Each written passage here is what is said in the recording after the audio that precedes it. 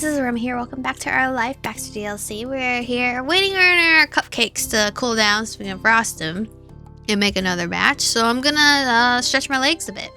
Of course, please go right ahead. Oh, before you go, I held up a hand, gesturing vaguely about. I'd almost forgotten where we were. I'll join you shortly, but I can bring you. But can I bring you anything refreshing to drink? I was about to get myself a little something. What are you having? He tapped a finger to his chin and made a non-committable sound. You'll find out soon enough. This was rather unusual, you privately observed.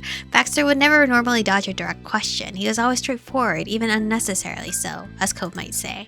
Oh well, no use losing sleep over it. Not when you were losing so much already tonight. You made your way into the sitting area, uncurling your toes and stretching out your calves as you went. You didn't need the room for its intended purpose. The house was built on an open plan to the extent that you could still see Baxter over the kitchen from where you were waiting. He opened one of the cabinets and took out something that looked suspiciously like the one plastic champagne flutes you and Terry had bought earlier today. Except that one was real glass. From the fridge, you fetched a large green bottle. Okay, girl, you're just spoiling the surprise. Large green bottle from a side shelf, which you hadn't spotted before. He needed to screw a cork off the top. Out of it poured a fizzy liquid, pale golden color. It's not real champagne, what the fuck? Wait, is that real champagne? You're actually drinking in front of our newborn cupcakes? What is that? Sparkling cider? Are you know enough to drink that? Why am I not surprised? Is that sparkling cider? No. No? Damn. You sure? The reply came immediately without so much as a glance in your direction. He had no compunction about what he was doing.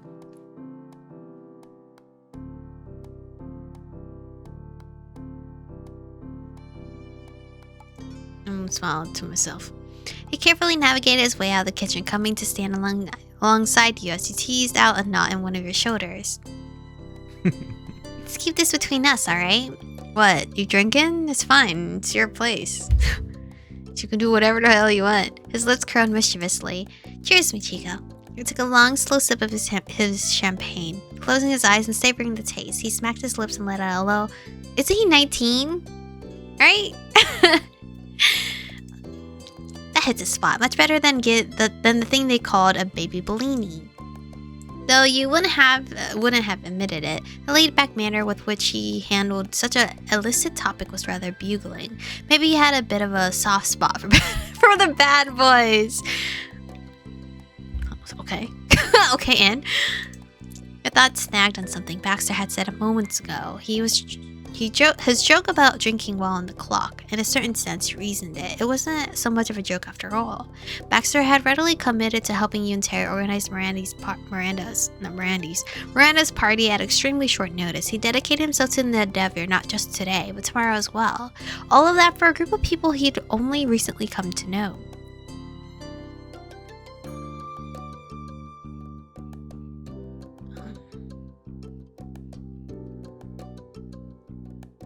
Are you really enjoying yourself with the party stuff?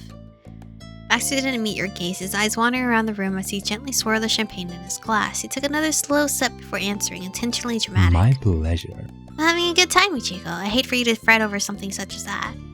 I couldn't have devised a more pleasant way to spend my time here, even if I tried. And to be frank, I have tried. I didn't come to Sunset Bird totally devoid of any plans or ideas. You and your friends have invited me to participate in an event with great significance to you. It's a profound gesture to show to a relative stranger. When it's over and I'm long gone from here, I hope you can all look back on this party for years to come, maybe for the rest of your lives, and treasure the memory. And if I am a part of that memory, then that is satisfaction enough, though perhaps I'm in danger of giving my contribution too much credit. He was smiling, but it was a mute, distant thing. Like a car headlamp seen a long way off, ready to turn a corner. It felt akin to a farewell, even though he wasn't leaving yet. The glamour was gone as his eyes met yours over the rims of his champagne flute. You know. Besides, I'm on vacation. I have nothing but day after day of generous free time. It would be silly to begrudge it. It would be silly to begrudge its being used, especially as it's easier for me. This party is only a party from my perspective. Which means I can put my head back and simply bask in the occasion. Sorry, I can't read. frustrating me, which means I can put my head back and simply bask in the occasion with the highs and the lows. For you and your friends, this is important. It has weight. I have to say I'm curious about the situation. You and Terry are both determined to make this a big event, but for all that, it seems a rather one-off affair. Not wishing to sound critical, but if you were in regular habit of throwing each other parties, I would have expected better preparation for, well, the preparation. To be honest, is there something about this specific birthday that warranted such a special affair? You found yourself taken aback by this. It wasn't like you hadn't thought about it either. You've been doing so much earlier tonight, but well, with the rush to get all the ingredients and baking the cakes, you've been distracted since then. All at once, the feelings you'd suppressed bubbled back up to the surface. Slowly, hesitantly, you began to talk. This might be the last birthday we get to celebrate together. I've known Cove basically my whole life. Tara and Randy not as long. Still, they're important to me. Soon we'll be grown up, and we'll head off to different places in life. You were getting choked up putting the feelings to words. You willed your voice to hold together. I'm kind of heartbroken over it. I know they'll be around, but it still feels like I'm losing them, you know? As he listened to your explanation, Baxter regarded you with a solemn expression. There was a pinch in his forehead where his eyebrows had come together. He was all sympathy. I'm sorry. You sound so cute. I'm sorry you're going through such a difficult experience. I wish I knew how to alleviate matters. It's so uncertain. Sadly, there are few, if any, guarantees in the world. Or rather, such is the case for the mass majority of us. I can believe there are people who can remain close to each other in spite of distance and years between them. Those who will remain in your life always. His countenance had softened, a faint hopefulness lighting his face as moonlight on water. He spoke with tenderness. I believe you will find those kinds of people. Cute. I really do. And while nobody can say for sure, I'd bet that you already have. I hope you can have someone like that as well. Are you saying that you'll be true to me always? You beamed at him, thankful for his company, nodded along quite with yourself. It's weird because, we're dating, but it does not feel like we're dating. It just feels like we're, like, friends.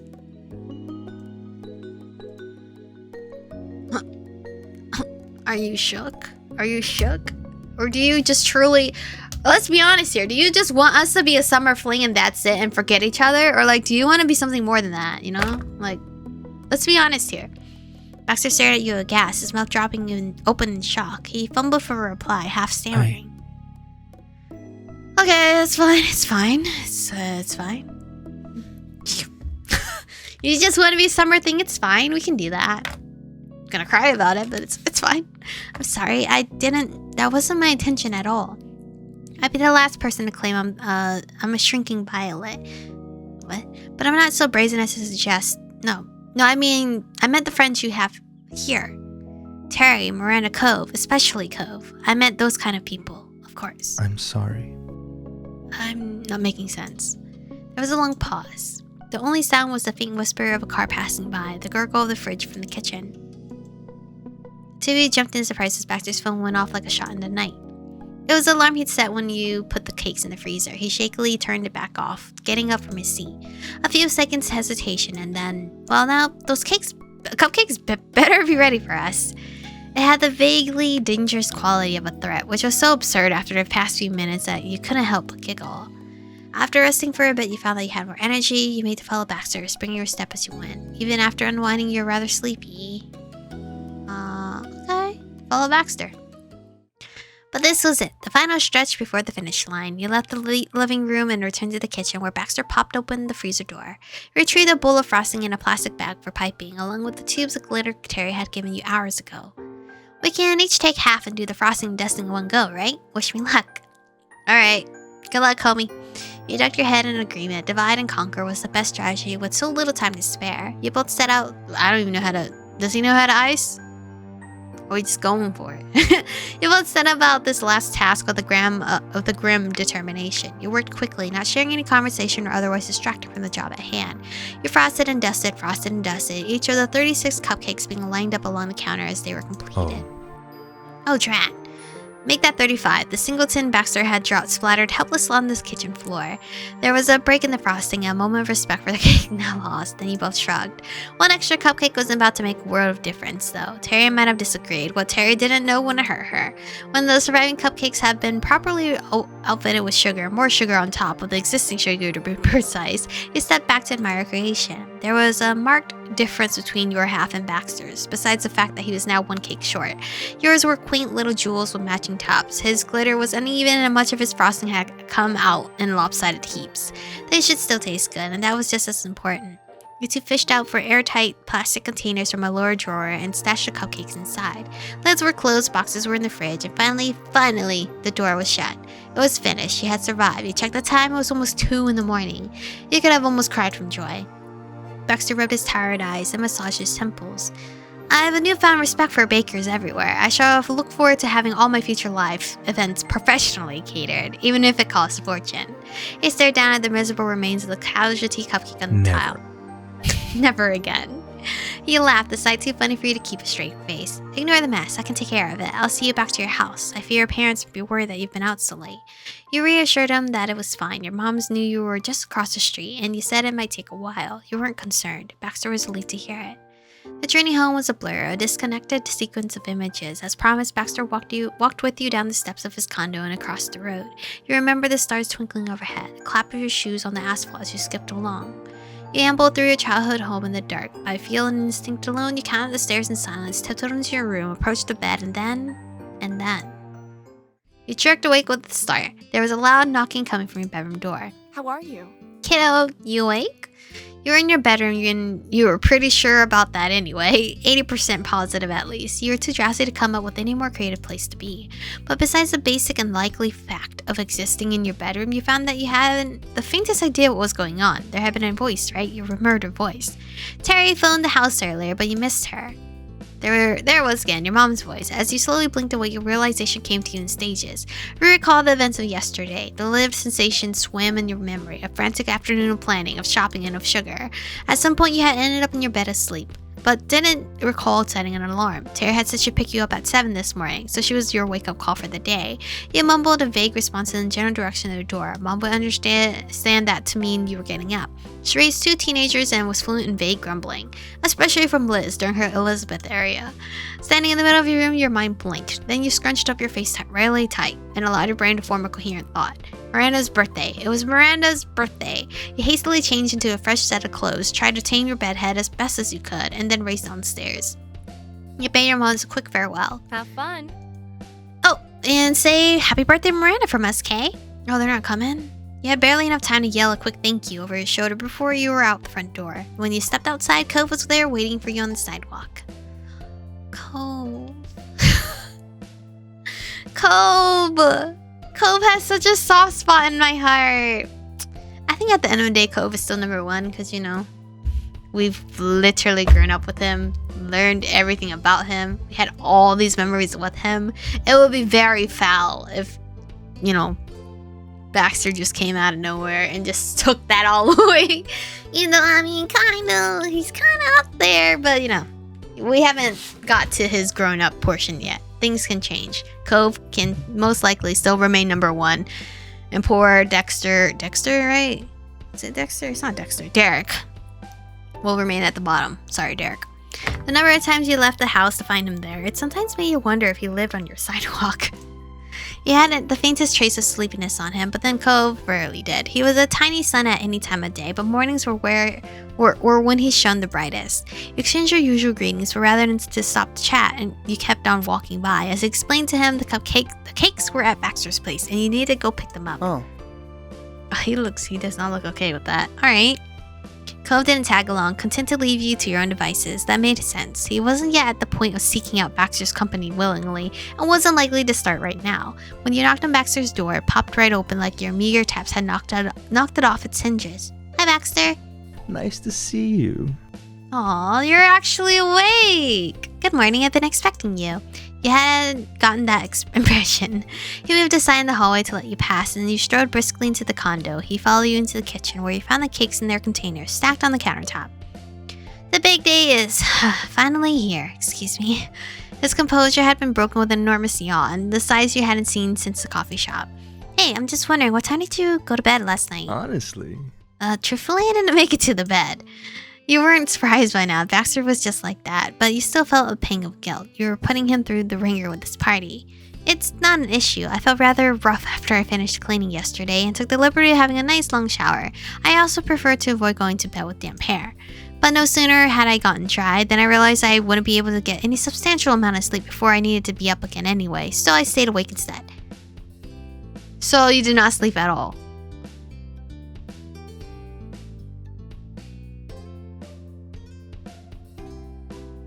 Make sure you nap today. I'll see what I can do.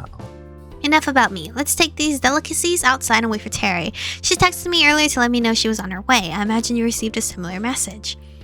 Terry had indeed sent you a message, although it was too early in the day to be hit with something with so many exclamation points. How much sleep has she gotten? She only had to bake a singular cake, so I think she's fine.